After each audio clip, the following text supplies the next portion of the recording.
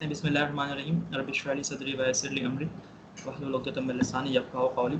तो बहरहाल आखिरकार हम इस नतीजे पर पहुंच गए हैं कि आज हमारा 2025 का बेसिक एडवांस कोर्स बाकायदा स्टार्ट हो रहा है। अल्हम्दुलिल्लाह मैं यहाँ पर देख रहा हूँ कि अच्छे खासे स्टूडेंट्स की तादाद है। तकरीबन अभी यहाँ पर पाकिस्तान से 90 यूनिवर्सिटीज़ के ओवरऑल स्टूडेंट्स मौजूद हैं। कुछ लोगों ने ज्वाइन कर लिया, कुछ लोग लगातार भी ज्वाइन करते रहेंगे। अच्छा, हमने पहले बताया नहीं था, लेकिन बहरहाल इस ये जो सेशन है ये दरअसल बाकायदा फर्स्ट क्लास है। आपके जो बाकायदा वेबिनार स्टार्ट करेंगे ऑनवर्ड्स, वो 10 टू 12 डेज तक चलेगा और उस हर डे हम तकरीबन 1 to 1.5 आवर्स की क्लास कंडक्ट करेंगे और ये बहुत in depth in detail research session रहेगा। तो हम इंशाल्लाह कोशिश करेंगे कि यहाँ पर जो भी लोग हैं, हम समझते हैं ऐसा कि उन्हें कुछ भी रिसर्च के हवाले से नहीं आता, हम उन्हें ABCD से स्टार्ट करवाएंगे कि what is research, how to do research, how to do the literature search, and how to write the paper, how to publish it, how to write synopsis, each and every step। आप ज़रूर इस बात कभी गवाह हो जाएंगे कुछ अरसे बाद। अभी कुछ देर के अंदर पता चल जाएगा आपको कि हम बिल्कुल ABCD से स्टार्ट करवाएंगे। ठीक है, चलिए हम बाकायदा आप थोड़ा सा इंट्रोडक्शन देंगे अपने इदारे का, देन हम कोर्स का बाकायदा स्टार्ट कर देंगे। ठीक है, ओके। तो let's come towards the first slide. कोई प्रॉब्लम हो तो प्लीज़ मुझे बता दें, मुझे आप कॉल कर दीजिएगा साथ साथ। ठीक है, सो रिसर्च नेक्सस के हम आपको शॉर्ट इंट्रोडक्शन देंगे, देन हम आगे बढ़ जाएंगे फॉर। तो रिसर्च नेक्सस का जो इदारा है वो हमने तकरीबन आज से 3 साल पहले हमने इसे बनाया था। हमारा ताल्लुक जिन्ना सिंध मेडिकल यूनिवर्सिटी कराची से है। Me and Umaima are the founders of the research nexus. तो हमने इसी तरीके से बेसिक सेशन से स्टार्ट किया था, फिर हमने एडवांस भी कंडक्ट किया और अब तक तकरीबन हमारे अंडर में 700 स्टूडेंट्स पढ़ चुके हैं और वो रिसर्चेस पब्लिश कर चुके हैं। उनमें से एक स्टूडेंट था हमारा Hasan. He is in LUMS now, he is a 3rd year graduate, under graduate student. He is now the head ambassador of research nexus. वो हमारा अभी चीफ एम्बेसडर है और बहुत ही काम करने वाला और बहुत ही हुनरमंद स्टूडेंट है और उसने ये जगह अपने एक्सपीरियंस, अपने तजुर्बे से ओन किया है। ठीक है, तो बताने का मकसद ये है कि यहाँ पर जो भी बच्चा यहाँ पर हमारे साथ पढ़ेगा वो इंशाल्लाह रिसर्च की ABCD से हम उसे एडवांस लेवल पे ले जाएंगे और ईच एंड एवरीथिंग सिखाएंगे। तो आपको मैं सिर्फ शॉर्ट इंट्रोडक्शन दे दूँ कि हमारी वेबसाइट भी है, लिंक्डइन अकाउंट भी है और इंस्टाग्राम भी है। Short review of the website, मैंने वेबसाइट यहाँ पर खोल दी है, तो आप देख सकते हैं ये हमारे वेबसाइट का जो होम पेज है। आप यहाँ पर आ सकते हैं और हमारे होम पेज के बारे से हमारे इदारे की वजह से बहुत कुछ जान सकते हैं। ठीक है, ये वेबसाइट पे हमारा होम पेज है। ना अगर आप नीचे आएँ तो यहाँ पर आपके पास एक प्रॉस्पेक्टस का लिंक भी आपको मिल जाता है।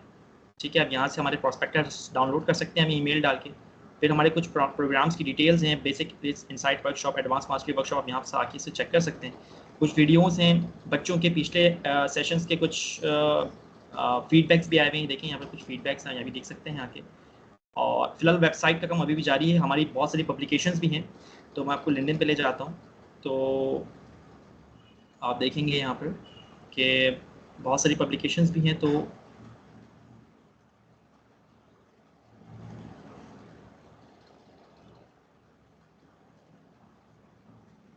हमें ये डेस्क किस तरह हटता है यहाँ से? ठीक है, ओके। अगर आप लिंक्डइन प्रोफाइल पे आएंगे तो आप यहाँ पर मेरे फीचर सेक्शन से यहाँ पर आके आप हमारी पब्लिकेशंस चेक कर सकते हैं। जो हमारे स्टूडेंट्स ने पब्लिकेशन की इससे पहले, वो तमाम की तमाम जो पब्लिकेशंस है वो हमारे सर्विस सेक्शन से चेक कर सकते हैं। और इसके अलावा रिसर्च नेक्सस वेबसाइट, लिंक्डइन की ई-बुक भी आप यहाँ से डाउनलोड कर सकते हैं और प्रॉस्पेक्टस भी यहाँ से डाउनलोड कर सकते हैं। चलो मैं ज़्यादा टाइम नहीं रखूँगा, इंस्टाग्राम से यहाँ से देख लेते हैं, उसके बाद फिर हम आगे बढ़ जाएंगे। ठीक है, so this is our Instagram.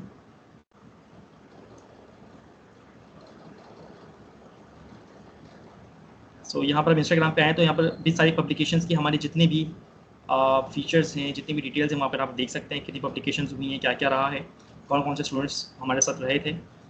तो ये हमारी रिसर्च नेक्सस डॉट साइट है, यहाँ पर आके आप चेक कर सकते हैं। चलें आगे बढ़ते हैं, ये शॉर्ट इंट्रोडक्शन हो गया। सो अब ये एक बात मैं पहले शुरू में बता दूं कि हमारे बेसिक इंसाइट्स वर्कशॉप है और एडवांस मास्टरी वर्कशॉप है। तो बेसिक इंसाइट्स तो आज स्टार्ट हो गया 11 अप्रैल को। जो एडवांस मास्टरी है वो 20 अप्रैल को स्टार्ट होगा। अच्छा, आप यहाँ पर लिस्ट ऑफ टॉपिक्स देख सकते हैं। ये जितने भी टॉपिक्स हैं वो यकीनी तौर पर यहाँ पर कवर किए जाएंगे। एक एक टॉपिक को हम बहुत डिटेल में लेके जाएंगे। आप देख लेंगे बेसिक के अंदर कुछ टॉपिक्स कम है, लेकिन वही एडवांस के अंदर बहुत ज़्यादा है।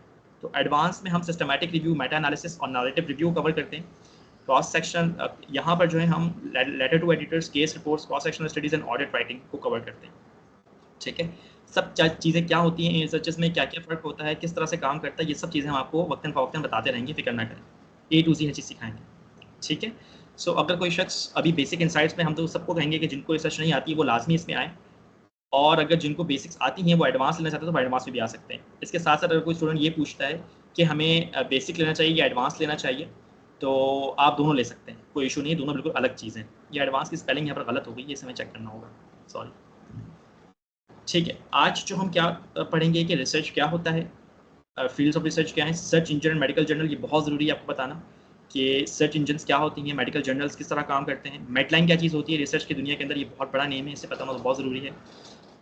रिसर्च का रोल क्या है, क्या क्या करियर अपॉर्चुनिटीज़ हैं आगे अगर आप रिसर्च परस्यू करते हैं या रिसर्चर्स करते हैं, तो आगे जाके आपको क्या क्या फ़ायदा हो सकता है।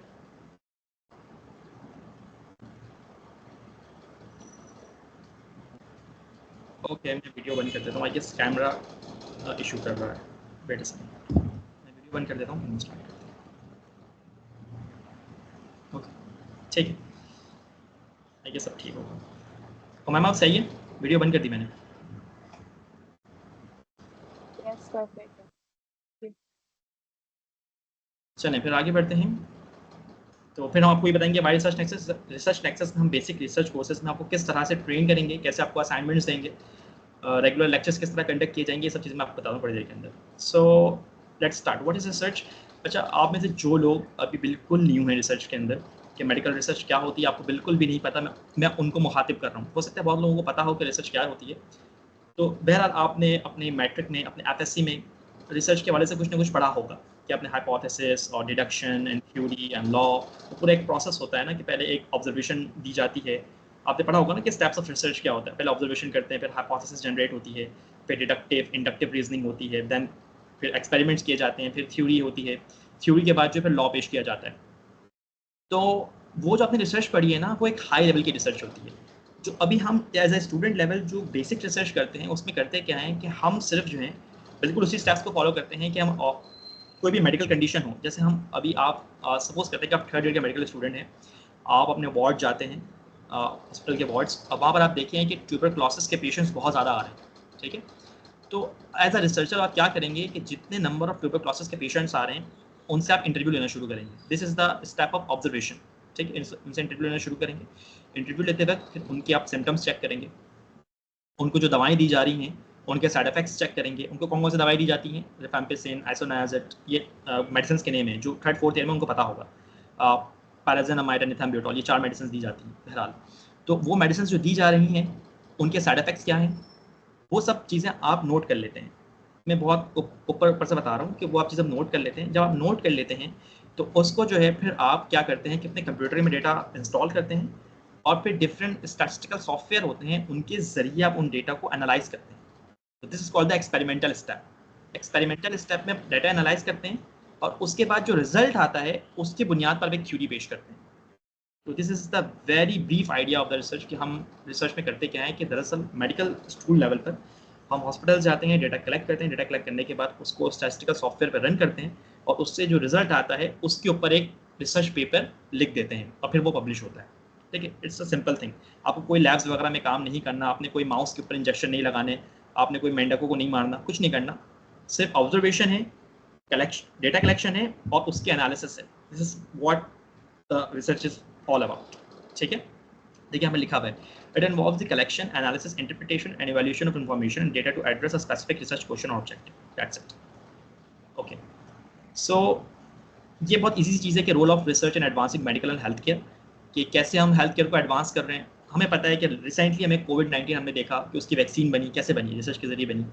इसके अलावा जितनी भी मेडिसिन आप मार्केटों में यूज़ कर रहे हैं, ओमेप्राजोल, पैरासिटामोल, एनसेड्स, डिफरेंट किस्म के एआरबी ब्लॉकर्स, जो कार्डियोवास्कुलर डिजीज़ के अंदर इस्तेमाल किए जाते हैं, निकार्डिपिन, नाइट्रोडिपिन, बहुत सारे ड्रग्स होते हैं। तो इन सब की जो मार्केट में आते हैं, तो इनके पीछे पूरी एक रिसर्च की कहानी होती है। तो उस पूरे रिसर्च के बनिस्बत ही हम मेडिकल रिसर्च इतनी ज़्यादा तरक्की, मतलब मेडिकल फील्ड इतनी तरक्की कर गई। अब अपने पास आप गाइटन पढ़ते हैं, फिजियोलॉजी की बुक, आप रॉबिन्स पढ़ते हैं, पैथोलॉजी की बुक, आप ग्रेज एनाटमी पढ़ते हैं, आप केएलएम एनाटमी पढ़ते हैं। ये सब बुक्स कैसे लिखी गई हैं, ये सब बुक्स लिखी गई हैं रिसर्च कर करके। डिफरेंट ऑब्जर्वेशंस के साथ, डिफरेंट एक्सपेरिमेंट्स के साथ जब एक डेटा मिल जाता है, उसकी थ्योरी बन जाती है, तो फिर वो डेटा आपकी बुक्स में लिखा जाता है। सो बहरहाल genetics and genomics, pulmonology, endocrinology, paediatrics, cardiology, oncology, neurology, इन सब फील्ड्स के अंदर रिसर्च बहुत ज़रूरी है। इवन कि मेडिसिन की एक फील्ड या तो सिर्फ 9 फील्ड है, बल्कि सैकड़ों फील्ड्स है मेडिसिन की, हर एक के अंदर रिसर्च का रोल है। आप में से जितने भी लोग आगे जाके सर्जरी लें या मेडिसिन लें, फिजिशियन बने या सर्जन बने, कोई यूएसए जाएगा, कोई ऑस्ट्रेलिया जाएगा, कोई पाकिस्तान में रहेगा, कोई गल्फ जाएगा, आप तमाम लोगों को अपने रेज्यूमे में रिसर्च ऐड करनी पड़ेगी। It is compulsory. याद रखिएगा, अगर आपने रिसर्चेस ऐड नहीं की अपने रेज्यूमे में तो आपको जॉब्स नहीं मिलेंगी, सीधी सी बात है। अगर आप में से कोई यूएसएमएल कर रहा है तो उसको ऑलरेडी ही पता होगा, या वो एएमसी यानी कि ऑस्ट्रेलियन मेडिकल कॉलेज के एग्जाम दे रहा है, या वो कतर कुवैत वगैरह जा रहा है, तो भाई अगर आपके रेज्यूमे में आप रिसर्चेस नहीं हैं तो फिर आपकी सीवी रिजेक्ट कर दी जाएगी। ठीक है, तो रिसर्च इज़ वेरी इंपॉर्टेंट। आप यहाँ पर आए हैं तो आप कुछ सीख के जाएँ। ठीक है, चलिए चलते हैं, अब बाकायदा स्टार्ट कर देते हैं हम अपनी जर्नी का कि what is the difference between a search engine and a medical journal. ये मेडिकल रिसर्च लिखा हुआ, ये मेडिकल जर्नल होना था, यहाँ पे गलती हो गई है। ठीक है, ये मेडिकल जर्नल होना था। चलिए मैं आपको वेबसाइट पे ले जाता हूँ कि what is a search engine and what is a journal. एक बहुत ही मशहूर सर्च इंजन है जिससे हम पबमेड कहते हैं। मैं यहाँ पर एक नया विंडो खोल लेता हूँ। तो आप यूँ समझ लें कि हमारे पास जो पबमेड है, it's a library of research papers. ठीक है, दुनिया जहाँ की जितनी भी रिसर्चेस दुनिया जहाँ में कहीं पर भी पब्लिश होती हैं, वो डायरेक्ट पबमेड पे आके इंस्टॉल हो जाती हैं। जैसे आपको पता है कि जब आप गूगल पे जाते हैं तो कुछ सर्च करते हैं तो डिफरेंट वेबसाइट्स एनलिस्ट होती हैं। ठीक है, तो पबमेड जो डेटाबेस है, इसका फ़ायदा ये होता है कि दुनिया में जो भी रिसर्चेस पब्लिश होती हैं वो तमाम की तमाम पबमेड पे एनलिस्ट होती हैं।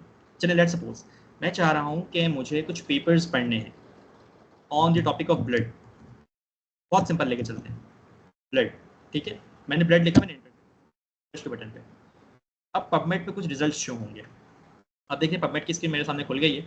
तो यहाँ मैंने ब्लड लिखा था, मैंने सर्च किया, आप देख रहे हो कि यहाँ पर कुछ रिजल्ट्स आ रहे हैं। ये देखिए मेरे माउस के कर्सर को देखें, ये कुछ रिजल्ट्स आ रहे हैं। 57,83,123 रिजल्ट्स यहाँ पर आ रहे हैं। तो मतलब दुनिया भर में आज तक इतने सारे पेपर्स ब्लड के टॉपिक पे पब्लिश हो चुके हैं। आप देख रहे हैं 1781 से लेकर 2025 तक जितने पेपर्स पब्लिश हुए हैं वो सब पबमेड शो कर रहा है। It is a huge database. दुनिया भर में जितने रिसर्च पेपर्स हैं वो यहाँ पर मौजूद होते हैं। ठीक है, तो PubMed is a database. So what is a medical journal? Journal क्या होता है? जर्नल जो है असल में एक इदारा होता है जो आपकी पब्लिकेशंस को पब्लिश करवाता है अपने साइट पे। चलें इसकी एग्जांपल ले लेते हैं कि you are entering into the library. एक बहुत बड़ी सी लाइब्रेरी है, आप उसके अंदर जा रहे हैं। आप उस लाइब्रेरी को पबमेड समझ लें। वो पूरी लाइब्रेरी जो है पबमेड है और उसमें सैकड़ों बुक्स हैं। ठीक है, इसमें सैकड़ों बुक्स हैं, यानी कि उन सब रिसर्च पेपर समझ लें। ठीक है, अब लाइब्रेरी के अंदर जो है ना 10 लाइब्रेरियंस है, अलग अलग 10 लाइब्रेरियंस हैं। वो लाइब्रेरियंस जो हैं वो जर्नल्स हैं। अब होता क्या है कि आप जाते हैं लाइब्रेरियन नंबर 1 के पास, आप कहते हैं कि मैंने ब्लड के ऊपर एक रिसर्च पेपर लिखा है, भाई इसे पब्लिश कर दो। अब लाइब्रेरियन 1 क्या करता है कि उसे पब्लिश कर देता है, और पब्लिश करने के बाद उस ह्यूज डेटाबेस के अंदर पबमेड के अंदर जाके उसे रख देता है, उस लाइब्रेरी के अंदर रख देता है। ठीक है, फिर आपने क्या किया कि आपने फिर से एक रिसर्च पेपर पब्लिश किया, और अब आप लाइब्रेरियन 1 के पास नहीं गए बल्कि आप किसके पास गया? लाइब्रेरियन 2 के पास। जब आप लाइब्रेरियन 2 के पास गए तो फिर उसको दिया, तो उसने फिर पब्लिश कर दिया, और पब्लिश करने के बाद फिर क्या हुआ? वो पबमेड के अंदर आ गया, लाइब्रेरीज के अंदर आ गया। ठीक है, चलिए मैं इसको थोड़ा सा और ईजी कर देता हूँ। जैसे ये पबमेड डेटाबेस है ना, मैं कुछ जर्नल्स दिखा सकता हूँ आपको, जैसे कि थेरेप्यूटिक एडवांसेस, यहाँ पर आ जाएगा। ये देखिए एक जर्नल मैं खोल दे रहा हूँ, मैंने एक जर्नल सर्च किया है। यहाँ पर जर्नल्स वैसे हज़ारों की तादाद में मौजूद है। ये देख रहे हैं, says journal, therapeutic advances of vaccine and immunotherapy, ये एक जर्नल है। अगर मैं इसकी वेबसाइट खोलूँ तो एक न्यू विंडो खुल जाएगी, और खुलने के बाद जो है आपको दिख जाएगा अभी यहाँ पर। अब देखिए ये जर्नल है। अब जब भी मैं कोई रिसर्च लिखता हूँ, पेपर लिखता हूँ, तो मैं करता क्या हूँ कि इस जर्नल पे आके पब्लिश कर देता हूँ। ठीक है, इस जर्नल पे आके पब्लिश करता हूँ, और फिर ये जर्नल क्या करता है कि ये जर्नल जाके फिर पबमेड को अपना आर्टिकल दे देता है, और पबमेड में फिर वो आर्टिकल्स यहाँ इनलिस्ट हो जाते हैं। ठीक है, पबमेड एक ह्यूज डेटाबेस है जिसमें तमाम के तमाम जर्नल्स अपना पेपर सबमिट करते हैं, बस यूँ समझ जाइए। ठीक है, आपने पब्लिश जर्नल्स के अंदर करना है, देन जर्नल्स क्या करेंगे? वो पबमेड को अपनी तरफ डेटा दे देंगे। सो what is the need of PubMed? PubMed की ज़रूरत ही क्या है जब जर्नल्स मौजूद हैं? तो दरअसल पबमेड क्या करता है कि हर जर्नल की कुछ ना कुछ कैटेगरी होती है। जैसे सपोज करें कि क्या लिखा हुआ है, therapeutic advances in vaccine immunotherapy. इसका मतलब ये हुआ कि ये जर्नल सिर्फ उन्हीं आर्टिकल्स को एक्सेप्ट करेगा जो वैक्सीन और इम्यूनोथेरेपी के ऊपर वैक्सीन और इम्यूनोथेरेपी पे जिन पे आर्टिकल्स लिखे गए हों। ठीक है, अब मैं एक और जर्नल खोल लेता हूँ। लेट सपोज के एल्सवेयर का एक जर्नल खोलते हैं कार्डियोलॉजी पे। ठीक है, तो आप देखेंगे कि जो एक स्पेसिफिक जर्नल होगा ये सिर्फ कार्डियोलॉजी के आर्टिकल्स को ही, ये देखिए आ गया elsewhere cardiology journals home page, मैं इसको ओपन कर लेता हूँ। तो अगर आपने कोई कार्डियोलॉजी की रिसर्च की है तो आप देखिए क्या करेंगे, एल्सवेयर पे पब्लिश करेंगे, एल्सवेयर कार्डियोलॉजी के ऊपर। ठीक है, ये आ गया। इसके ऊपर स्टेप्स होते हैं, वो हम डिटेल में आपको समझाएंगे बाद में कैसे किया जाता है। ठीक है, ये देखें ये सारे जर्नल्स की लिस्ट आ गई, ये जर्नल्स हैं, आप यहाँ पर जाके आराम से पब्लिश कर सकते हैं। इस तरह से मैंने आपको पहले ही बताया। तो इस तरह से जो भी कैटेगरीज हैं, चाहे वो थॉरेक्स की कैटेगरी हो, ब्लड कैंसर की कैटेगरी हो, इम्यूनोथेरेपी हो सकती है, वो डायबिटीज़ की कैटेगरी हो सकती है, वो एंडोक्राइनोलॉजी कैटेगरी हो सकती है, हर कैटेगरी के अपने अलग अलग जर्नल्स होते हैं और वो तमाम जर्नल्स पबमेड में इंडेक्स होते हैं। आपने कोई भी आर्टिकल ढूंढना है, सपोज करें मैं यहाँ पर अब ब्लड नहीं बल्कि कैंसर लिख देता हूँ। ठीक है, अब जैसे मैंने कैंसर लिखा तो अब दुनिया भर के तमाम जर्नल से पबमेड क्या करेगा, दुनिया भर के तमाम जर्नल से जितने भी कैंसर के आर्टिकल्स पब्लिश हुए हैं आज तक, वो सब यहाँ पर मुझे इनलिस्ट कर देगा। आप देख सकते हैं, मैं जितना स्क्रॉल डाउन करूँगा वो अलग अलग आर्टिकल्स आते जाएंगे। ठीक है, तो यहाँ पे कितना लिखा हुआ है, 53,23,335 रिजल्ट आ रहे हैं। इतने सारे आर्टिकल्स पब्लिश हुए हैं आज तक 1783 से लेकर 2025 तक। सही है, आई गेस यहाँ तक क्लियर है और सब कुछ। मैं फिर आगे बढ़ूँगा, आप थम्स अप करते हैं या हैंड्स रेज करते हैं। अगर कोई कन्फ्यूजन हो तो आप मैसेज कर सकते हैं, मैं उसका बाद में रिप्लाई कर दूँगा। ठीक है, thank you so much. Mama number of students मुझे बता सकती हैं कितने हैं अभी? 523। चलें, हम कहाँ थे, हम स्लाइड्स पे थे अपने। ओके, तो जर्नल सोर्स आई गेस मैं थोड़ा बहुत बताने में कामयाब रहा कि सर्च इंजन क्या होता है और जर्नल क्या होता है। अच्छा, याद रखिएगा कि सिर्फ एक सर्च इंजन नहीं होता बल्कि डिफरेंट सर्च इंजन होते हैं। जैसे यहाँ पर देखें पबमेड है, स्कोपस भी एक अलग सर्च इंजन है, गूगल स्कॉलर भी एक अलग सर्च इंजन है।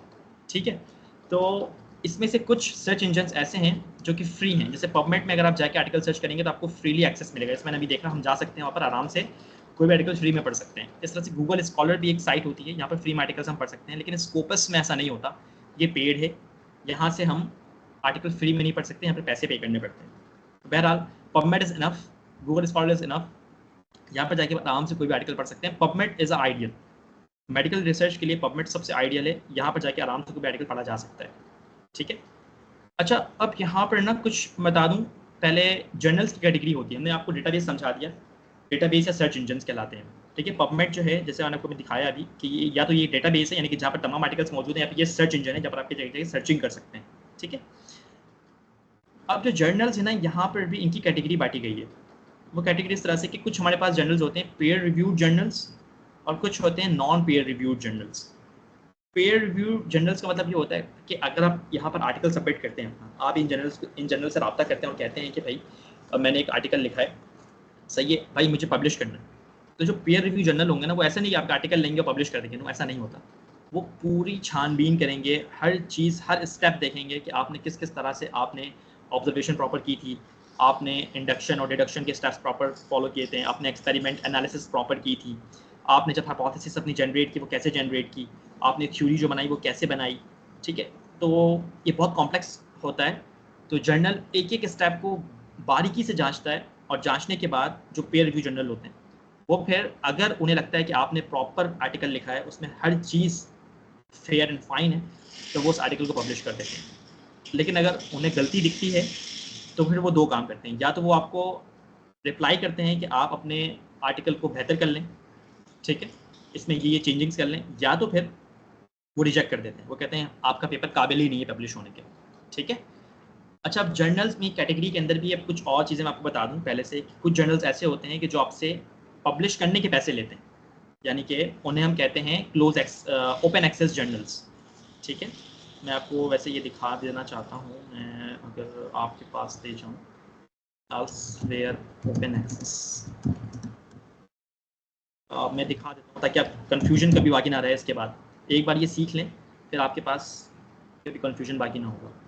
अब देखें ये एल्सफेयर ओपन एक्सेस आ रहा है ना, जब भी ये किसी भी जर्नल के नीचे अगर ये ओपन एक्सेस लफ्ज़ लिखा हुआ है, इसका मतलब समझ जाए कि ये जर्नल पैसे लेता है, चार्जिंग, इसकी फ़ी चार्ज करता है। ठीक है, स्लो क्यों चल रहा है मैंने, ओके। ये जर्नल क्या करता है, ये पैसे लेता है। मैं इनकी आपको फ़ी भी दिखा सकता हूँ, अगर कोई जर्नल मुझे मिल जाए अलग से।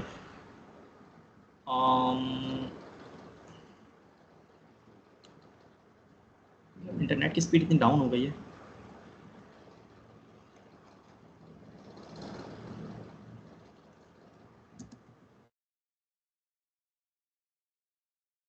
चले मैं एक कार्डियोलॉजी जर्नल दिखा देता हूँ जो कि ओपन एक्सेस हो।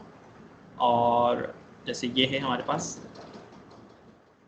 अगर आप जर्नल के पेज पे जाएंगे और आप जाने के बाद जो है इनके अबाउट सेक्शन को चेक करेंगे।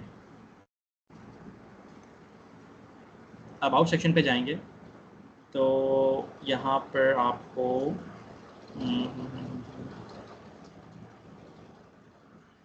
ये अबाउट सेक्शन खोल लें आप।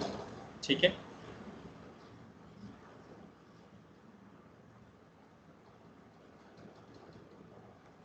जर्नल सही नहीं है, दूसरा जर्नल चेक कर लेते हैं, ये वाला देख लें।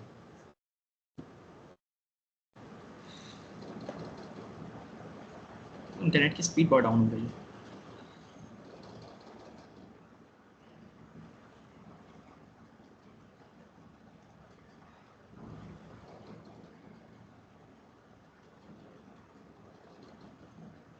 ये देखें, अब यहाँ पर जर्नल के एम्स एंड स्कोप आ गए कि जर्नल, इसका मतलब ये होता है कि ये जर्नल कौन कौन से टॉपिक्स को कवर करता है, जैसे कि इम्यूनोथेरेपी, कैंसर, वैक्सीन डेवलपमेंट। आपने अगर इन टॉपिक्स के ऊपर कुछ ना कुछ आर्टिकल लिखा है तो आप यहाँ पर लाके आराम से पब्लिश कर सकते हैं। ठीक है, जनरल मैट्रिक्स की चीज़ होती है, जैसे कि इंडेक्स इम्पैक्ट फैक्टर एक चीज़ होती है, वो इम्पैक्ट फैक्टर आपको बाद में हम समझा देंगे। ये 2.1, 2.5, 3.5 होता है। जितना ज़्यादा इम्पैक्ट फैक्टर होगा उतना ही अच्छा जर्नल होता है। जितना ज़्यादा इम्पैक्ट फैक्टर होता है उस जर्नल की क्वालिटी उतनी ही ज़्यादा अच्छी समझी जाती है। एब्स्ट्रैक्टिंग एंड इंडेक्सिंग, अब देखें यहाँ पर लिखा हुआ है इंडेक्सिंग। अब यहाँ पर देख सकते हैं कि पबमेड सेंट्रल, इसका मतलब ये हुआ है कि अगर आप इस जर्नल में आर्टिकल पब्लिश करेंगे तो वो पबमेड के ऊपर आ जाएगा। ठीक है, वो स्कोपस पे भी आ जाएगा। सही है।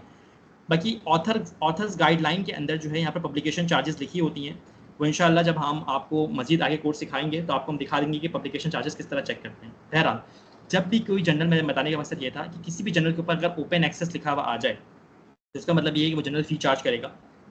और अगर उसके अंदर क्लोज एक्सेस लिखा हुआ आ जाए, ठीक है, मैं फिर एक क्लोज एक्सेस का भी एग्जाम्पल दे देता हूँ, फिर आगे बढ़ जाएंगे। कि अगर हमारे पास क्लोज एक्सेस लिखा हुआ आ जाए तो इसका मतलब होता है कि वो जर्नल आपके लिए फ़ी चार्ज नहीं करेगा। ठीक है, देखिए सही जो ओपन है इसका मतलब ये फ़ी चार्ज करेगा।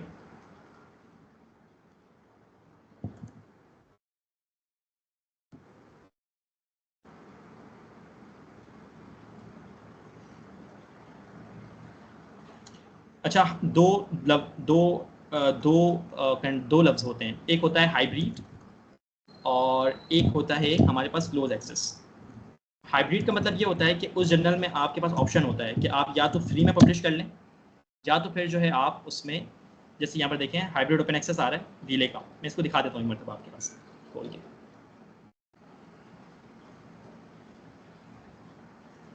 बाद में प्रॉब्लम ना हो तो बस अगर जहाँ भी लफ्ज़ आपको हाइब्रिड मिल जाए इसका मतलब ये होगा कि यहाँ पर आप फ्री में पब्लिश कर सकते हैं और पैसे दे के पब्लिश कर सकते हैं। अगर आप फ्री में पब्लिश करेंगे तो आपको साइटेशंस नहीं मिलेंगी, तो व्हाट आर साइटेशंस हम बाद में कभी डिस्कस कर लेंगे। लेकिन अगर आप पैसे दे के पब्लिश करेंगे तो आपको साइटेशंस मिल जाएंगी। खैर मैं ज़्यादा कॉम्प्लिकेट नहीं करना चाहता, मैं आगे बढ़ जाता हूँ। तो बस मैं बताना ही चाह रहा था कि आप लोगों को बस पता रहे कि what is difference between open access and close access. Open access means आपसे पैसे चार्ज किए जाएंगे, क्लोज एक्सेस मींस आपसे पैसे चार्ज नहीं किए जाएंगे। हाइब्रिड मींस आपके पास ऑप्शंस होते हैं दोनों, कि आप ओपन भी कर सकते हैं और क्लोज भी कर सकते हैं। ठीक है, बस ये कुछ जर्नल्स के एग्जाम्पल्स थी। जर्नल्स बेतहाशा होते हैं, हज़ारों जर्नल्स दुनिया में मौजूद हैं। उनको कैसे सर्च किया जा सकता है, कैसे ढूंढा जा सकता है, वो बता सकते हैं। अच्छा, अच्छी बात ये है कि अगर आप रिसर्च नेक्सस के साथ रहते हैं और अगर आप कोई आर्टिकल पब्लिश करना चाहते हैं ओपन एक्सेस के अंदर, तो हम आपको ये सहूलत प्रोवाइड कर सकते हैं कि आपसे कोई पैसे चार्ज नहीं किए जाएँ और हम आपके जो आर्टिकल्स हैं वो फ्री ऑफ कॉस्ट पब्लिश करवा दें। ठीक है, ये हम आपको एक एडवांटेज दे सकते हैं, ख़ास तौर पर एडवांस रिसर्च के अंदर। जो हमारी एडवांस रिसर्च होगी, ये वाली जो मैंने आपको अभी स्लाइड दिखाई थी, ये वाली जो एडवांस रिसर्च होती है, इसके अंदर जो सिस्टमैटिक रिव्यू मेटा एनालिसिस हम पढ़ते हैं, इसका जो पब्लिकेशन है वो हम करवा सकते हैं फ्री ऑफ कॉस्ट, क्योंकि जाहिर सी बात है हमारे अच्छे खासे रिलेशंस हैं तमाम जर्नल्स के अंदर, कतर मेडिकल कॉर्पोरेशन में, यूएसए में, इसके अलावा सिंगापुर के अंदर। तो डिफरेंट डॉक्टर्स मिलकर हमने एक ऑर्गेनाइजेशन बनाई हुई है, और इसके रहते हुए कोई भी पेड पेपर, कोई भी आर्टिकल जो सपोज करें कि पेड है, आप उसे खोल नहीं सकते। जैसे यहाँ पर देखें, ये लिखा हुआ आ रहा है फ्री आर्टिकल, इसका मतलब ये है कि इस आर्टिकल को मैं पढ़ सकता हूँ। अब यहाँ पर कोई फ्री आर्टिकल लिखा हुआ नहीं आ रहा है, इस आर्टिकल को मैं नहीं पढ़ सकता पबमेड के अंदर ही। लेकिन हम ये कर सकते हैं कि आपको अगर कोई रिसर्च पेपर पढ़ना है तो आपको हम प्रोवाइड कर सकते हैं अपने इदारे के तौसस से, अगर आप हमारे साथ जुड़ जाते हैं। बहरहाल चलें, ये मैंने आपको बता दी कि रिसर्च एक्सेस में कोई पाबंदियाँ नहीं है, तो चाहे ओपन एक्सेस हो, चाहे क्लोज एक्सेस हो, चाहे पेड आर्टिकल हो, चाहे नॉन पेड आर्टिकल हो, आपको तमाम तक का एक्सेस मिल जाएगा। ओके ठीक है, आगे बढ़ते हैं। आई गेस मैं समझाने में कामयाब रहा। अच्छा, पाकिस्तान के अंदर भी बहुत सारे जर्नल्स हैं जो कि मौजूद हैं, जिनमें पबमेड इंडेक्सेशन होना ज़रूरी है। चले मैं आपको एक मतलब पाकिस्तान के जर्नल्स का ओवरव्यू दिखा देता हूँ। अच्छा, पहले मैं आपको एक क्वेश्चन दे दूं कि पाकिस्तान के जर्नल्स दुनिया में सबसे ख़राब जर्नल्स होते हैं, ठीक है। अगर मैं ये रिसर्च करूँ pakmedi.net, ये वेबसाइट है, इनमें पाकिस्तानी जर्नल्स के तमाम लिस्ट मौजूद है, ठीक है। मैं आपको एक मतलब इसका ओवरव्यू दिखा दूं ताकि आप कम से कम बेसिक समझ जाएं कि किस तरह से हमें काम करना है आगे जाके।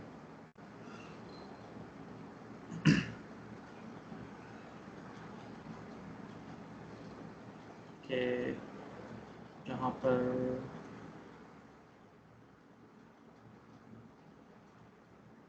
अच्छा, मैं यहाँ पर अगर अयूब मेडिकल कॉलेज का जर्नल लिख लूँ,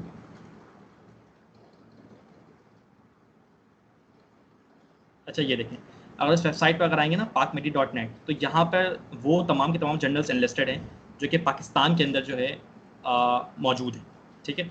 जैसे मैंने अगर अयूब लिखा ना, तो यहाँ पर मेरे पास वो वाले तमाम आर्टिकल्स आ जाएंगे तकरीबन जो अयूब मेडिकल कॉलेज के ज़रिए जो है वो पब्लिश हुए हैं, ठीक है। इनकी पूरी एक इंडेक्सेशन की लिस्ट होती है। आई गेस मुझसे वो मिस हो गई है, मैं इंशाल्लाह मुझे मौका मिला तो मैं आपको साथ वो इंडेक्सेशन की लिस्ट जो है वो शेयर कर दूँगा, ठीक है। अभी मैं यहाँ टाइम ज़ाया नहीं करना चाह रहा, मुझे बताना ही था कि अगर आपको पाकिस्तानी जर्नल्स की मालूमात लेनी है तो आप यहाँ इस वेबसाइट पर आके ले सकते हैं। ओके ठीक है, और यहाँ तक बात हो गई, सचिन से हमने बात कर ली। So what is a med line.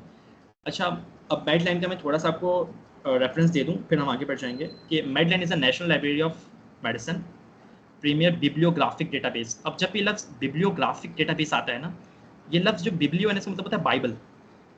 तो अंग्रेज़ी ज़बान में, ये इंग्लिश में जब भी लफ्ज़ बिब्लियो आए तो इसका मतलब होता है कि होलसम इन्फॉर्मेशन, यानी कि दुनिया की तमाम इन्फॉर्मेशन जहाँ पर मौजूद हो उसे हम बिब्लियोग्राफिक डेटा कहते हैं, ठीक है। तो जो मेड लाइन था, शुरुआत के अरसे में दुनिया के तमाम मेडिकल डेटाबेसेस यहाँ पर मौजूद हुआ करते थे, ठीक है। लेकिन बाद में क्या हुआ कि मेड लाइन ने पबमेड के साथ शराकत कर ली, ठीक है। जैसे आप यहाँ पर देख सकते हैं, पबमेड खोलें तो यहाँ नीचे जो आपको हेडिंग दिख जाएगी मेड लाइन, ठीक है। अगर हम यहाँ पर मैश की तरफ चले जाएंगे तो आपको मेड लाइन दिख जाएगा। जब ये हम मैश खोलते हैं ना, तो ये असल में हमारे पास मेडलाइन की वेबसाइट या फिर मेडलाइन का डेटाबेस आ जाता है, ठीक है। ये भी बहुत टिपिकल चीज़ है, मैं सिर्फ एज इंट्रोडक्शन बता रहा हूँ कि जो मेडलाइन था पहले शुरू के वक्तों में जब पबमेड मौजूद नहीं था तो पहले ये मौजूद था। उसके बाद हुआ ये कि मेडलाइन ने पबमेड के साथ शराकत कर ली, तो अब होता ये कि लोग मेडलाइन की तरफ नहीं जाते डायरेक्ट, बल्कि डायरेक्ट ही पबमेड में आते हैं और वहाँ पर अपना डेटा सर्च कर सकते हैं, और डेटा सर्च करने के बाद वहाँ से जो आर्टिकल्स हैं वो निकाल सकते हैं और वहाँ से पढ़ सकते हैं, ठीक है। देखिए यहाँ पर लिखा हुआ है MeSH medical subjects headings are specialized headings a control vocabulary used to index citations in medicine. Medline, अच्छा ये क्या चीज़ें होती हैं, ये आगे की बात है, जब हम पढ़ा रहे होंगे आपको स्टेप बाय स्टेप आपको हम समझा देंगे। अभी टाइम कम है तो हम आगे बढ़ रहे हैं, मैं आपको सिर्फ ओवरव्यू देना चाह रहा था। नाउ अब आ जाते हैं बेसिक्स ऑफ सर्चिंग पे, कि जब अब हम बाकायदा शुरू कर रहे हैं कि रिसर्च किस तरह की जाती है, ठीक है। तो बस यहाँ पर मुझे अभी 15 से 20 मिनट और लगेंगे, लेकिन ये सबसे इंपॉर्टेंट पार्ट है अभी की डिस्कशन का। अभी जब मैंने जो भी बात की थी वो सिर्फ इंट्रोडक्शन था और ओवरव्यू था। अब बाकायदा जो मैंने कोर्स का बताया था कि बेसिक्स ऑफ रिसर्च शुरू हो रहा है, तो वो अब यहाँ से शुरू कर रहे हैं, हम सर्चिंग किस तरह करते हैं, ये हम पबमेड पर भी हम सीख लेंगे साथ साथ, ठीक है। So why the searching is needed, हम सर्चिंग करते हैं क्यों है। तो पहले बात समझ लें कि जब भी आप कोई रिसर्च करनी है तो आपको ये बात पता होनी चाहिए कि जो मैं रिसर्च करना चाह रहा हूँ, उसके ऊपर पहले से कितने आर्टिकल्स ऑलरेडी पब्लिश हैं। जैसे मैंने आपको अभी रिसेंटली एग्जांपल दी थी ट्यूबरक्लोसिस की, कि अगर आप वो अपने हॉस्पिटल के वार्ड्स के अंदर जाते हैं और आप देखते हैं कि वहाँ पर ट्यूबरक्लोसिस के पेशेंट्स मौजूद हैं, तो अब आप देख रहे हैं कि उन ट्यूबरक्लोसिस के पेशेंट्स की तादाद बहुत ज़्यादा है, उनमें कुछ यूनिक सिम्टम्स आए हुए हैं। सपोज डेट ट्यूबरक्लोसिस के पेशेंट्स को मुंह से खून आ जाता है, ठीक है, उनके सांसें बहुत ज़्यादा फूलती हैं, हेल्थ बहुत ज़्यादा वीक हो जाती है। लेट्स सपोज ये यूनिक सिम्टम्स थे, तो आप क्या करेंगे, आप पबमेड पे जाएंगे। अब पबमेड पे जाने के बाद आप सबसे पहले ट्यूबरक्लोसिस सर्च करेंगे, ठीक है, मैं आपको दिखा देता हूँ। ट्यूबरक्लोसिस लिखा मैंने सर्च किया, तो पहले मुझे एक आइडिया होना चाहिए कि ट्यूबरक्लोसिस होता क्या है और इससे पहले ट्यूबरक्लोसिस पे कितने आर्टिकल्स लिखे जा चुके हैं। तो जब मैं सर्च करता हूँ तो मैं देखता हूँ कि यहाँ पर इतने सारे आर्टिकल्स आ गए। कितने आ रहे हैं? 3,06,291। तो भाई कोई भी इंसान इतने आर्टिकल्स नहीं पढ़ सकता, पॉसिबल ही नहीं है। तो अब यहाँ पर शुरू होती है सारी कहानी बेसिस ऑफ सर्चिंग की, कि आपने सर्चिंग किस तरह करनी है कि आपको अपना डिज़ायर्ड आर्टिकल मिल जाए, ठीक है, मैंने जो आर्टिकल आप ढूंढना चाह रहे हैं वो आर्टिकल मिल जाए। क्योंकि अगर हम देख सकते हैं कि अगर हम डायरेक्टली पब्लिक प्रोसेस लिखते हैं तो वो तमाम ऐसे आर्टिकल्स दे रहा है कि जो मेरे मतलब की भी शायद ना हो। 3 लाख आर्टिकल्स कौन पढ़ेगा? सुनाओ, हम चलते हैं अपने बेसिक सर्चिंग के पहले पे, जिसे हम कहते हैं बूलियन ऑपरेटर्स, एंड और एंड नॉट। ये 3 जो लफ्ज़ हैं ये पबमेड में इस्तेमाल किए जाते हैं। और कैसे इस्तेमाल किए जाते हैं हम देख लेते हैं थोड़ी देर के अंदर। ट्यूबरक्लोसिस एक मुश्किल एग्जाम्पल इसको हटा देते हैं, हम बड़ी सिंपल एग्जाम्पल लेते हैं। चले मैं स्टार्ट करता हूँ ब्लड से। अगेन मैं ब्लड लिखता हूँ, मैं सर्च करता हूँ, तो मुझे दिखता है कि पबमेड ने मुझे इतने सारे आर्टिकल्स दे दिए। अब मैं चाह रहा हूँ या नहीं, मुझे सिर्फ जो है ना ब्लड नहीं, बल्कि मुझे क्या चाहिए, मैं चाह रहा हूँ मुझे वो आर्टिकल्स मिले जिसमें ब्लड पे भी बात की गई हो और कैंसर पे भी बात की गई हो। और जब मैं ये सर्च करता हूँ एंड लगा के, तो अब मैं देखता हूँ कि रिजल्ट्स देखें कम हो गए। कहाँ वो 5 लाख थे, अब कितने हो गए? 98,000, ठीक है, 9,89,000, मतलब उससे कम हो गए जो पहले हमने देखा था। सो अब पबमेड ने क्या किया, जब मैंने एंड लगाया तो मैंने पबमेड को बोला कि भाई मुझे वो आर्टिकल्स दो जिसमें ब्लड भी डिस्कस किया गया हो और कैंसर भी डिस्कस किया गया हो। तो अगर हम स्क्रॉल डाउन करेंगे तो आप देखेंगे कि हर आर्टिकल के ऊपर पबमेड ने खुद से बोल्ड कर दिया है, यहाँ पर ब्लड और कैंसर दोनों डिस्कस हो रहा है। इस तरह से यहाँ पर देखें, कैंसर एंड हैमरेज। अच्छा, हीमोटोमा और ब्लड क्योंकि सिनोनिमस है तो वो एक साथ यूज़ हो जाते हैं, मैं बताता हूँ उसका मतलब क्या होता है। बहरहाल ये देखिए, हीमाटोमास, फिर cancer, haematoma, haematoma cancer, haematoma cancer. Okay, इसका मतलब ये हुआ कि जब हम लफ्ज़ एंड का इस्तेमाल करते हैं तो मैं ये पबमेड को प्रॉम्प्ट दे रहा होता हूँ कि भाई मुझे इन दोनों पे आर्टिकल्स चाहिए। अब सपोज करें मैं एंड लगा के एक और एक वर्ड ऐड करता हूँ, ब्लड कैंसर एंड ल्यूकीमिया। चलें, ल्यूकीमिया ब्लड की कैंसर की टाइप सर्च करता हूँ। अब हुआ क्या कि मेरे पास और नैरो डाउन हो गए हैं। देखें यहाँ पर आप सिर्फ 1 लाख आर्टिकल्स बचे। मैं इसे और नैरो डाउन करता हूँ, मैं चाह रहा हूँ कि मुझे वो आर्टिकल्स चाहिए जिसमें ब्लड भी डिस्कस हुआ हो, कैंसर भी डिस्कस हुआ हो, ल्यूकेमिया भी डिस्कस हुआ हो, और मैं चलें सपोज करते हैं हम इसमें अडल्ट ले लेते हैं, जो अडल्ट के अंदर हुआ हो, ये और नैरो डाउन हो जाएगा। ये देखें 65,000 हो गए। अब मैं मज़ीद इसे नैरो डाउन करना चाहता हूँ, मैं और एंड लगाऊंगा, अडल्ट के साथ मैं लगा दूंगा, चलें हेड एक तो सही जुमला नहीं होगा, हेल्थ या वीकनेस, चलें ठीक है। अब देखते हैं क्या होगा। लेकिन सिर्फ 256 आर्टिकल्स बचे। अब मुझे लग रहा है कि हाँ, अब इतने आर्टिकल्स हैं कि जिनको मैं पढ़ सकता हूँ। आप देख सकते हैं कि किस तरह से हमने नैरो डाउन करते गए एंड लगा के अपने मतलब के आर्टिकल्स को सर्च करने के लिए। हम अपने मतलब के लफ्ज़ ऐड करते गए, तो पबमेड ने हमें आहिस्ता आहिस्ता करके वो आर्टिकल्स देना शुरू कर दिए जो जिनमें ये तमाम चीज़ें डिस्कस की गई होंगी, ठीक है। ओके, तो एंड का इस्तेमाल समझ में आ गया कि एंड किस तरह यूज़ होता है। नाउ अब इसे हटाते हैं। अब हमारे पास सेकंड है व्हाट, और का मतलब क्या होता है। अब बहुत से मेडिकल टर्म्स होते हैं कि जिनकी सिनोनिमस यूज़ की जाती हैं, ठीक है, जैसे ओबेसिटी एक लफ्ज़ है, मैं इसे सर्च करता हूँ, ठीक है। जब मैंने ओबेसिटी सर्च की तो मेरे पास कितने रिजल्ट्स आ रहे हैं आप देख सकते हैं, यहाँ पर 5 लाख समथिंग कुछ रिजल्ट्स आ रहे हैं। अब ओबेसिटी का जो मेरे ख्याल से और वेट हम लगा सकते हैं, ठीक है, लेकिन ओवर वेट ओबेसिटी अलग अलग चीज़ें होती है। बहरहाल मैं लगा देता हूँ। आर्टिकल्स की तादाद बढ़ गई, तकरीबन 26,000 आर्टिकल्स ज़्यादा हो गए, ठीक है। तो और का मतलब ये होता है कि मुझे दोनों आर्टिकल्स चाहिए, ओबेसिटी भी चाहिए, ओवरवेट भी चाहिए। ठीक है, दोनों टर्म्स मुझे एक साथ चाहिए। ठीक है, सो ओबेसिटी देखें, ओबेसिटी, ओवरवेट, ओबीज खुद ब खुद लिखा हुआ आ गया। ओबेसिटी, ओवरवेट और ओबीज यानी दोनों लफ्ज़ लिखे हुए हैं। सही है, तो और इज़ यूज फॉर सिनोनियम्स। मैं और भी यहाँ पर यूज़ कर सकता हूँ, जैसे कि चलें हाइपरटेंशन। हाइपरटेंशन एक लफ्ज़ है, इसका मतलब क्या होता है? High blood pressure. मैं यहाँ और लगा के हाई प्रेशर लिख देता हूँ। ठीक है, या ये और कैपिटल में होगा। वेट अ सेकंड,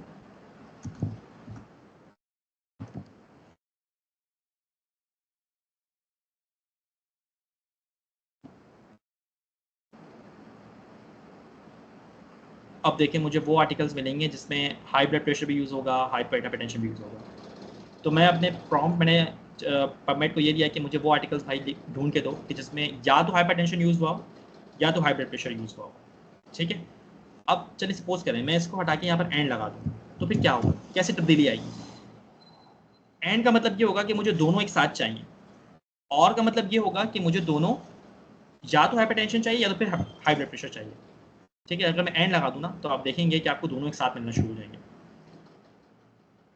अब ये देखें, हाई ब्लड प्रेशर, हाइपरटेंशन, ये दोनों एक साथ हो गए। हाई ब्लड प्रेशर, हाइपरटेंशन साथ आ गए। ये देखिए ब्लड प्रेशर, हाइपरटेंशन साथ आ गए। ठीक है, तो एंड का मतलब होता है टुगेदर, एंड और का मतलब होता है या तो पहला वाला है तो दूसरा वाला। ठीक है, तो ये दो लफ्ज़ हो गए, एंड और। नॉट का मतलब क्या होता है?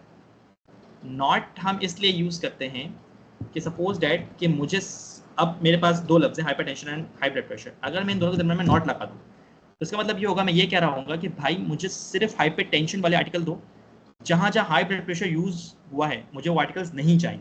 नॉट मीन्स नो, मुझे हाई ब्लड प्रेशर नहीं चाहिए। अब मैं सर्च करूँगा तो मैं दिखाता हूँ कैसा होता है।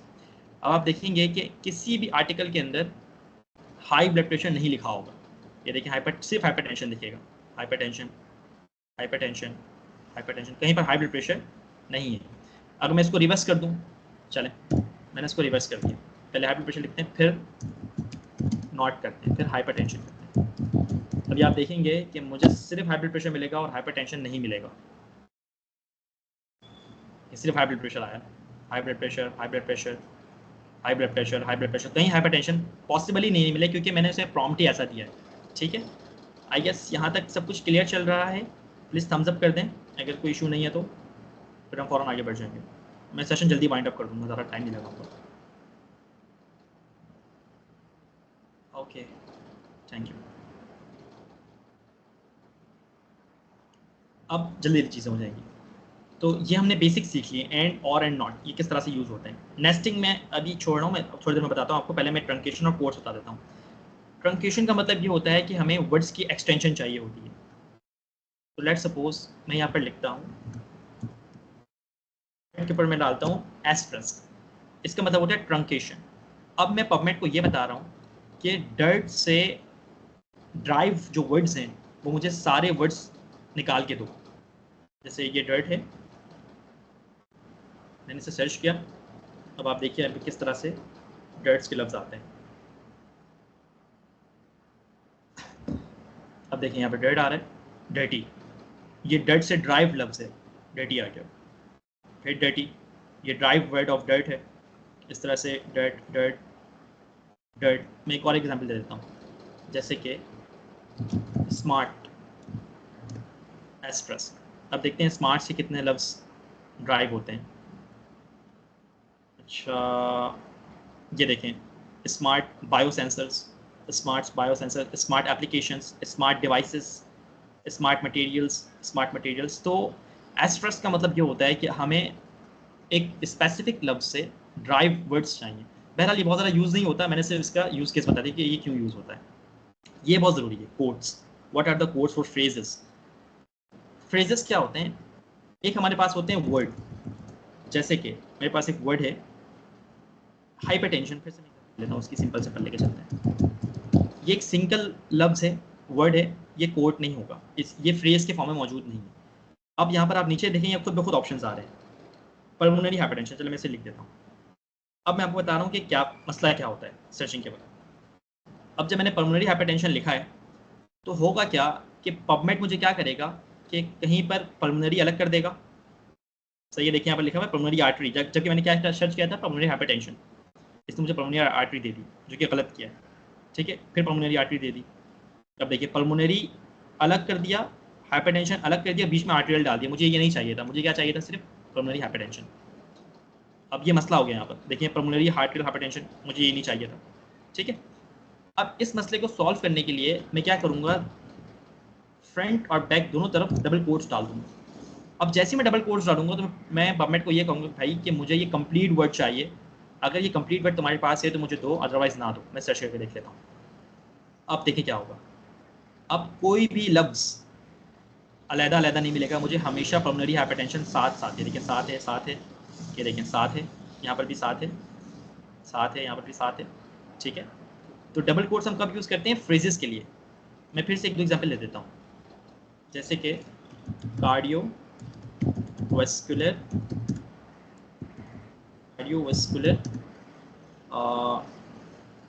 सिस्टम या रिस्क ले लेते हैं। ठीक है, अब मैंने इस दोनों को अलग अलग लिखा, मैं सर्च करता हूँ,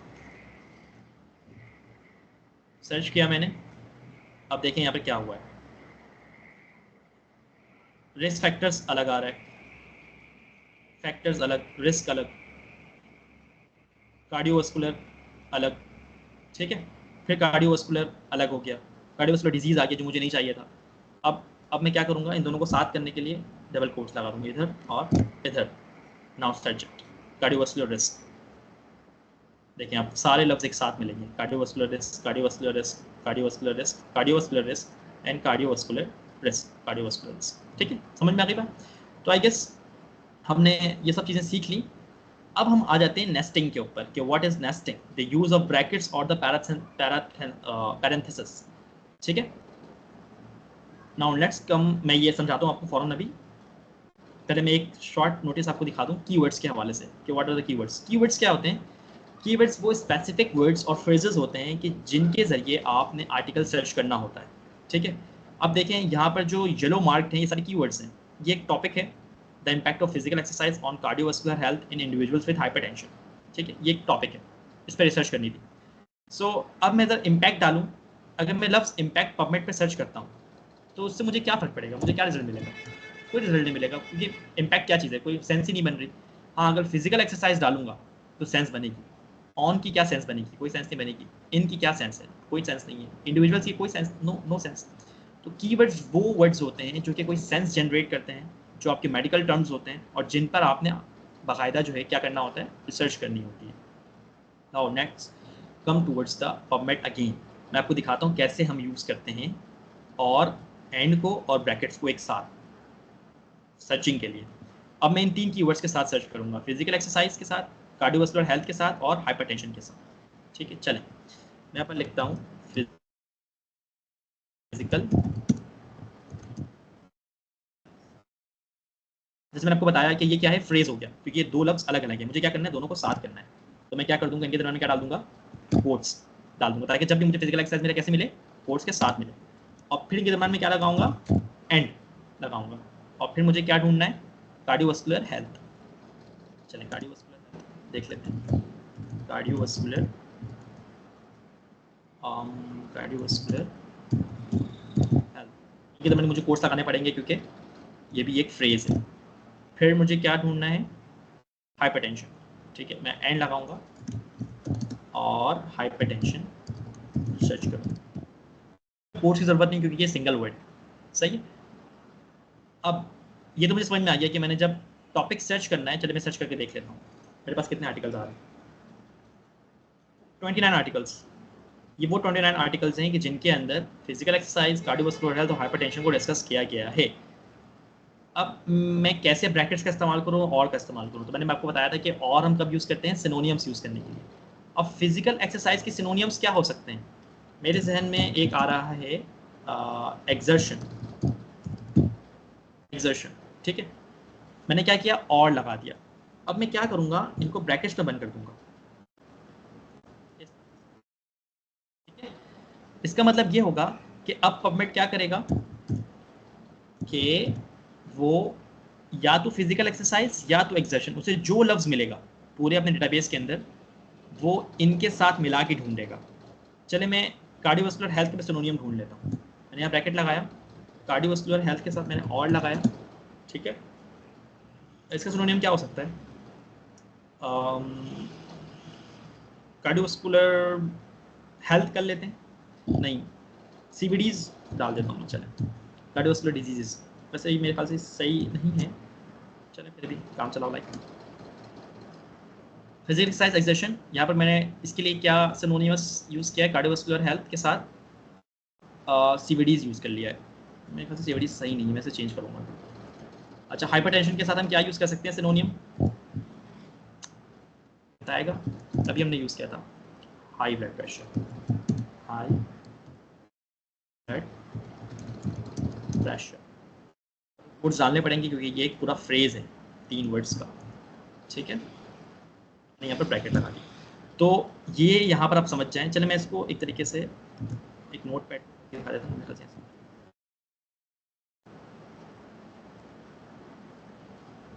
ये पूरा टॉपिक सेक्शन का क्राइटेरिया होता है। अभी इसके ऊपर जब हम कोर्स स्टार्ट करेंगे तो मैं इसमें तकरीबन 2 दिन और लगाऊंगा और ये बहुत डिटेल में जाएगी बात। फिजिकल एक्सरसाइज और एक्सर्शन और ला के हमने एक्सर्शन लिख दिया, ठीक है, उसको ब्रैकेट्स में बंद किया, फिर एंड लगाया कार्डियोवास्कुलर हेल्थ और सीवीडीज यानी कार्डियोवास्कुलर डिजीजेस। मेरे ख्याल से सही नहीं है, मैं इसे चेंज करता हूँ अभी, हाइपरटेंशन और हाई ब्लड प्रेशर। अब मैं फॉर्मेट को क्या कह रहा हूँ कि मुझे फिजिकल एक्सरसाइज या एक्सर्शन प्लस एंड का मतलब होता है प्लस कार्डियोवास्कुलर हेल्थ और सीवीडीज प्लस हाइपरटेंशन और हाई ब्लड प्रेशर, ठीक है। इन सब को मिला के मुझे एक क्या करो, रिजल्ट जनरेट करके दो। मैं क्या करूँगा, मैं सर्च कर दूँगा, देखता हूँ क्या होता है। तो मेरे पास जो हैं कुछ 58 रिजल्ट्स आ गए। अब आप देखेंगे कि फिजिकल एक्सरसाइज सारे एक साथ है क्योंकि मैंने वहाँ पर क्या डबल कोर्स लगाया था। कार्डियोवास्कुलर हेल्थ में डबल कोर्स है इसलिए साथ आया हुआ है, ठीक है। इस तरह से हाइपरटेंशन है, कार्डियोवास्कुलर हेल्थ फिजिकल एक्सरसाइज साथ है। तो ये मैंने बहुत ही बेसिक लेवल पे आपको थोड़ी बहुत रिसर्च की बेसिक सर्चिंग सिखाई है कि किस तरह से हम इन सब चीज़ों का इस्तेमाल करते हैं। किस किस का? एंड और एंड नॉट का, पैरेंथेसिस ब्रैकेट का, एस्ट्रेस का और कोट्स का। चलिए एक और एग्जांपल लेते हैं, फिर हम इंशाल्लाह आगे बढ़ जाएंगे। थर्ड एग्जांपल ले लेते हैं, या फिर चले मैं अपनी तरफ से एग्जांपल दे देता हूँ, फिर ऐसा ना बोलने कि मैं रट्टा मार के आया हूँ। चलिए ठीक है, एक नई एग्जांपल ले लेते हैं अलग से। चलिए मेरे पास 3 वर्ड्स हैं, मैं इन 3 वर्ड्स को मिला के कुछ रिसर्च करना चाह रहा हूँ। चलिए हम इस शुरू करते हैं। डायबिटीज़, बहुत सिंपल, ठीक है। Diabetes and physical health and और क्या करें, फिजिकल हेल्थ ले लेते हैं हम, ड्रग कंप्लायंस। ड्रग कंप्लायंस का मतलब ये होता है कि कोई पेशेंट अगर कोई ड्रग ले रहा है तो वो अपने ड्रग्स के साथ कितना ज़्यादा कंप्लाइंट है, उससे साइड इफेक्ट्स आ रहे हैं या नहीं आ रहे, ठीक है। ये मेरे पास 3 वर्ड्स हो गए। अब मैं क्या करूँगा, मैंने एंड लगा दिया, अब मैं इनके सिनोनियम्स यूज़ करना शुरू करूँगा। डायबिटीज़ के सिनोनियम क्या होता है? High blood sugar. मैं फिर बता दूं, हाई ब्लड शुगर सही सिनोनियम नहीं है। डायबिटीज़ का मतलब हाई ब्लड शुगर नहीं होता है। डायबिटीज़ एक सिंड्रोम है, ठीक है, जो कि इसमें बहुत सारी फैक्टर्स होते हैं, फैटनेस होती है, ओबेसिटी होती है, सो ऑन सो फोर्थ। मैं बहरहाल आपको सिर्फ बताने के लिए हाई ब्लड शुगर लिख दे रहा हूँ, लेकिन ये सही चीज़ नहीं है, मैं फिर बता दे रहा हूँ आपको। High blood sugar is not the सिनोनियम of diabetes, ऐसे लिख दे रहा हूँ फिलहाल। हेल्थ के दरमियान डबल कोट ज़्यादा क्यों डाल डबल कोट भाई? क्योंकि ये एक फ्रेज़ है, ठीक है। मैं यहाँ पर ब्रैकेट डालूंगा। अच्छा, फिजिकल हेल्थ के साथ चलें हम यहाँ पर क्या कर लेते हैं, मेंटल हेल्थ डाल देते हैं, फिजिकल हेल्थ और मेंटल हेल्थ। ये दरमियान भी हम कोट्स डाल देते हैं, डबल कोट्स, ब्रैकेट। अच्छा, ड्रग कंप्लाइंस आगे, इनके दरमियान में डबल कोट्स डाल देते हैं।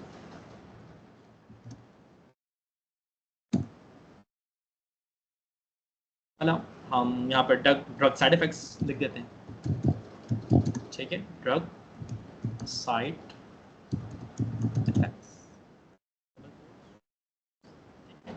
चलें हम अब देखते हैं कि ये जब हम सर्च करते हैं तो हमारे पास क्या रिजल्ट आता है। ओके है, मैं बस जल्दी से वाइंड अप करता हूँ। और मैम मुझे नंबर ऑफ स्टूडेंट्स बताएंगे अभी? 442। ओके, बहुत सारे भाग हैं।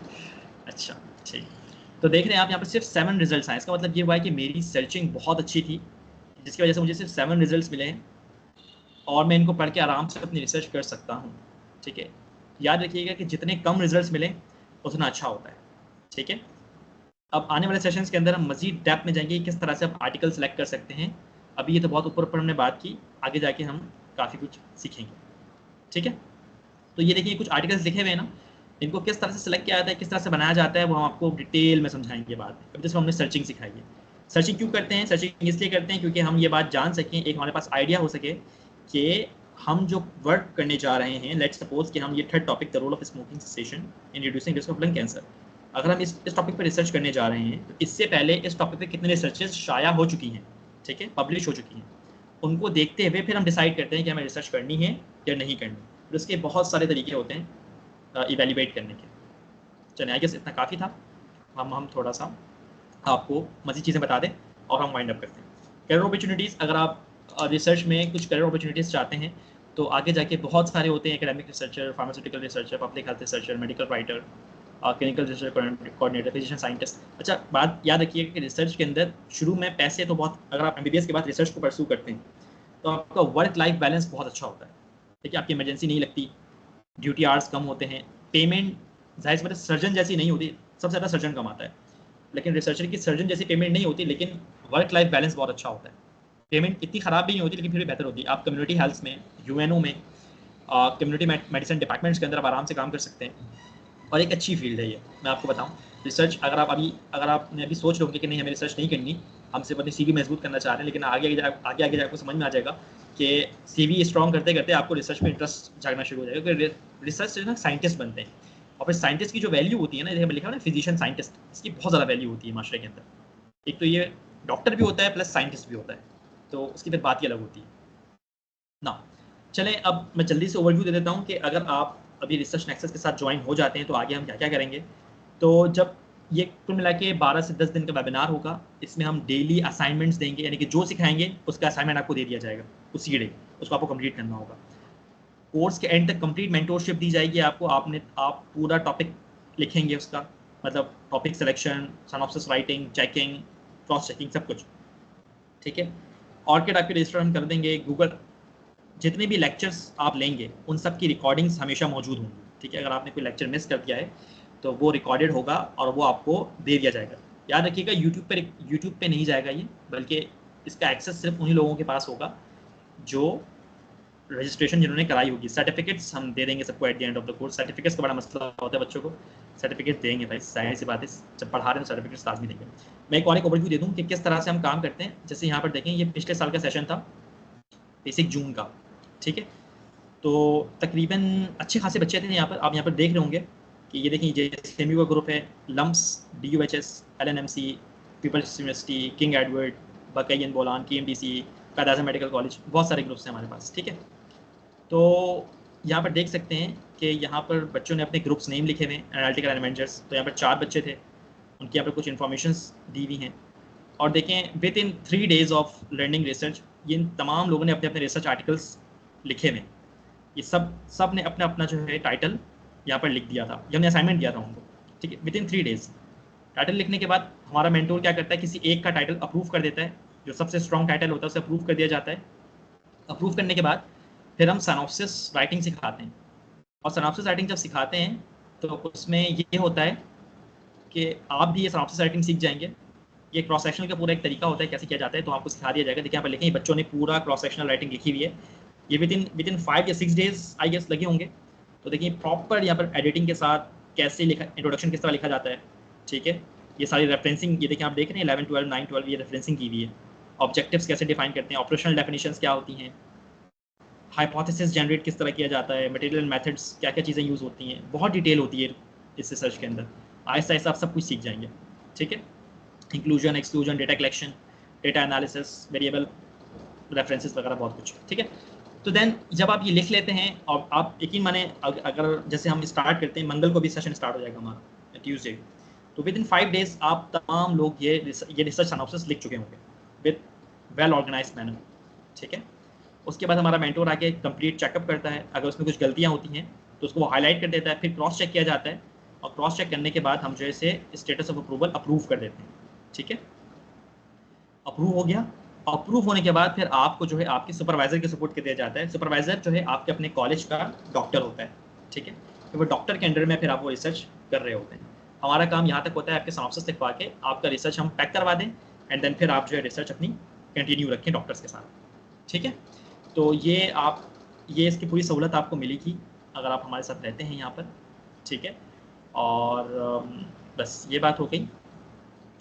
रजिस्ट्रेशन अभी आज से या इंशाल्लाह कल से स्टार्ट हो जाएगी, 15 अप्रैल तक ये जारी रहेगी और 15 अप्रैल से 4-5 बजे तक हम रजिस्ट्रेशन क्लोज कर देंगे और शाम में तकरीबन 7:30 पे फिर हम बाकायदा कोर्स का स्टार्ट कर देंगे, यानी कि आज जो हमने पढ़ा है इसके आगे से फिर हम आगे चल पड़ेंगे, ठीक है। What are the subscription charges, तो ये बच्चों ने बहुत ज़्यादा पूछा है, हमारा दिमाग ख़राब कर दिया। तो भाई हम ज़्यादा चार्ज नहीं कर रहे, आप देख लें, इसमें एक यूनिकनेस भी है। इस पूरे 10 दिन 12 दिन में जो भी आपके साथ होगा उसके हम सिर्फ 3000 चार्ज करेंगे, बस इससे ज़्यादा चार्ज नहीं करेंगे, ठीक है। अच्छा, इसमें एक और एक चीज़ है कि 3000 वैसे बेसिक फ़ीस है, लेकिन अगर आप ज़्यादा पे करना चाहें जैसे 3500, 4000, 4500, 5000 based on your financial situation, उसमें हमने ये रखा है कि अगर कोई बच्चा वो एक्स्ट्रा पे करना चाहे तो हम उसे गज़ा के पीपल के लिए डोनेट कर देंगे। ये हमने फैसला किया था। जैसे पता है अभी ये प्लेटफॉर्म है रिसर्च नेक्सस का, यहाँ पर आप लोग आ रहे हैं, पे कर रहे हैं, पढ़ रहे हैं, तो बहुत से लोग ऐसा करते हैं कि वो चाहते तो हैं गज़ा को डोनेट करना, लेकिन उनके पास कोई वेरीफाइड सोर्स नहीं होता या फिर जो है वो हिचकिचाते हैं कि शायद हमारे पैसे ज़ाया हो जाएंगे। तो हमने ये एक ऑप्शन आपको दे दिया है। तो 3000 जो है रिसर्च नेक्सस चार्ज करेगा आपसे और उसके बाद अगर आप कुछ भी एक्स्ट्रा पे करेंगे उसकी पूरी हम वेरिफिकेशन करवा के आपके पास मैसेज भी आ जाएगा उसका कि अपने आपके पैसे गज़ा में डोनेट करती हैं। दैट्स इट, बस हम ये अपना हमारा एक मैसेज था। अगर आप चाहें तो डोनेट कर दें, अदरवाइज़ कोई मसला नहीं है। आपकी जो बेसिक फ़ीस है वो सिर्फ 3000 ही है। एक ही मीज़ान बैंक का अकाउंट है, वहाँ पर पे कर सकते हैं। ये हमारा रिस्पॉन्स है, रजिस्ट्रेशन फॉर्म है, ये इंशाल्लाह आपके पास शेयर हो जाएगा। एक और एक चीज़ जो फाइनली मुझे आपसे शेयर करनी है, मैंने आपको सब कुछ बता दिया है कि ये जो वीडियो है ये यूट्यूब पे अपलोड हो जाएगी, क्योंकि ये फ्री थी, तो ये यूट्यूब पे कल तक इंशाल्लाह अपलोड हो जाएगी, तो उसको आप फिर से देख सकते हैं। और कल हम एक और क्लास कंडक्ट करेंगे। अभी टीम से बात हो रही थी, टीम ने कहा था कि शायद आज बहुत से बच्चे नहीं आ सकें, जैसे हमने देखा अभी बच्चों की तादाद कम है, तो कल हम एक और एक फ्री डेमो क्लास फिर हम कल एक और कंडक्ट करेंगे जो इसी कोर्स के आगे लेके चलेंगे। जितना आज हमने पढ़ लिया है इससे थोड़ा सा आगे और पढ़ेंगे और पढ़ने के बाद फिर रजिस्ट्रेशन कल से ऑन हो जाएगी, लेकिन क्लास भी कल जो होगी वो भी फ्री होगी, लेकिन जो 15 तारीख मंगल से क्लास स्टार्ट होगी ऑनवर्ड्स वो पेड होगी, ठीक है। तो आई गेस सब कुछ समझ में आ चुका होगा। अगर कोई क्वेश्चन है तो मैं उसको देख लेता हूँ, वरना चैट्स मैंने खोल लिए हैं। कोई क्वेश्चन है मामा यहाँ पर? मुझे चैट में कुछ दिख तो नहीं रहा। थैंक्स करो। अपॉर्चुनिटीज़ में सबसे अच्छा कौन सा लेवल पे? आपके लेवल पे मैं एक मिनट में सही सही मतलब पढ़ लूँ। If you put your topic in ChatGPT and give a command that create a PubMed search query from this, it will do for that. You can edit as you want. So I think the speaker needs to skip this part to move to something. अच्छा, PubMed की बात है, मैं ChatGPT वाली बात आपको समझा दूंगा बाद में उसका क्या मसला होता है। AI PubMed पे AI फीचर्स जो हैं वो काम नहीं करते और आप टॉपिक सेलेक्ट नहीं कर पाएंगे। Case reports, cross sectional studies and audits, ये सब चीज़ें इसमें शामिल हैं। ठीक है सर, प्लीज़ रिसर्च के टॉपिक्स क्लिनिकल रिलेवेंट डायबिटीज़ छोड़ें। अच्छा, ये एक बच्ची ने भेज दिया डायबिटीज़, कहाँ से निकाल के भेज दिया? अच्छा, पबमेड से भेज दिया। ओके, ये पेड आर्टिकल पबमेड के हम आपसे करवा देंगे, हमारे पास एक्सेस है इसका। जो पबमेड के पेड आर्टिकल्स हैं उसका एक्सेस हमारे पास मौजूद होता है, हम कर देंगे। करियर अपॉर्चुनिटीज़ में फ़िलहाल अभी आप कुछ नहीं कर सकते। आगे जाके आप MBBS के बाद कम्युनिटी मेडिसिन के अंदर मास्टर्स करते हैं। मास्टर्स के बाद ये भी हो सकता है कि MBBS के बाद फिजिशियन हो, और फिजिशियन के बाद जो है आप क्लिनिकल प्रैक्टिस के साथ रिसर्च को कंटिन्यू कर सकते हैं और फिर आप रिसर्च साइंटिस्ट की तरफ भी जा सकते हैं। Yes 3000 for the entire session, जो पूरे 10 दिन का वेबिनार है उसका पूरा। मैं अयूब मेडिकल कॉलेज से नहीं हूँ, मैं JSMU से हूँ, Jinnah Sindh medical university. Okay, it is the one time payment. ये सिर्फ बेसिक की पेमेंट है, तमाम फ्यूचर सेशंस की नहीं है, सिर्फ इस वाले सेशन की जो भी 10 दिन तक चलती रहेगी। Yes, you will be able to publish the article. अगर जनरल पब्मेड इंडेक्स नहीं है तो कोई फ़ायदा नहीं है, वहाँ पब्लिकेशन का कोई फ़ायदा नहीं होता। पेड सेशन का मैंने बता दिया आपको कि कैसे होगा। What if career path of getting into research right after MBBS instead of doing residency object. ये इसकी पूरी आप वेबिनार अलग से करवा देंगे, ये इतना शॉर्ट आंसर नहीं है। ये हमारे कोर्स में नहीं बल्कि इसकी फ्री वेबिनार हमारे ड्यू है, तो वो हम करवा देंगे। मेंटोरशिप प्रोग्राम फी बेसिक में नहीं, एडवांस में बात करके छोड़ दें। नहीं, ये सिर्फ बेसिक की है, एडवांस की नहीं है, एडवांस अलग होगा। रिसर्च सर्च स्ट्रिंग कैसे बनाते हैं या नेक्स्ट हम कल इंशाल्लाह डिस्कस करेंगे, सर्च स्ट्रिंग किस तरह बनाई जाती है। ठीक है, यस आप 10 दिन सेशन लेने के बाद आराम से अपना आर्टिकल पब्लिश कर सकते हैं, टेंशन ना लें। ठीक है, बस आई गेस इतना काफ़ी है। एडवांस की फ़ी 5000 होगी, वो 20 अप्रैल से स्टार्ट होगा। ठीक है, जून में इंटरनेशनल सेशंस होंगे, उसमें इंग्लिश के सेशंस होंगे, उर्दू सेशंस। उर्दू में हम लेक्चर नहीं दे रहे होंगे, इंग्लिश में दे रहे होंगे प्रॉपर।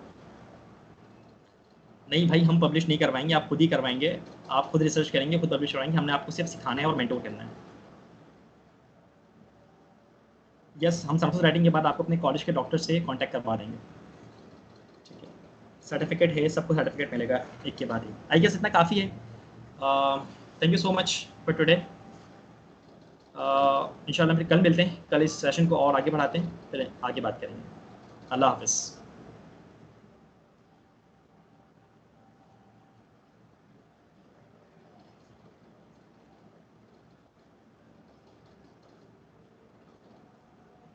रिसर्च अकेले भी ले सकते हैं, मैं रिसर्च एक सिंगल बंदा ले सकता है, जैसे लेटर टू एडिटर कर सकते हैं, वैसे ग्रुप में करना आसानी होती है। मैं यूबियन नहीं हूँ, मैं JSMU से हूँ, जिन्ना सिंध मेडिकल यूनिवर्सिटी से। जी, फर्स्ट ईयर MBBS के स्टूडेंट्स भी कर सकते हैं ये। Okay, thank you so much. इसके अलावा हाँ, मैं एक चीज़ बताना भूल गया कि प्लीज़ आप में से जो लोगों ने आज कुछ सीखा है, तो प्लीज़ जाके हमें फीडबैक दें। अभी आपके व्हाट्सएप पे जो वो था,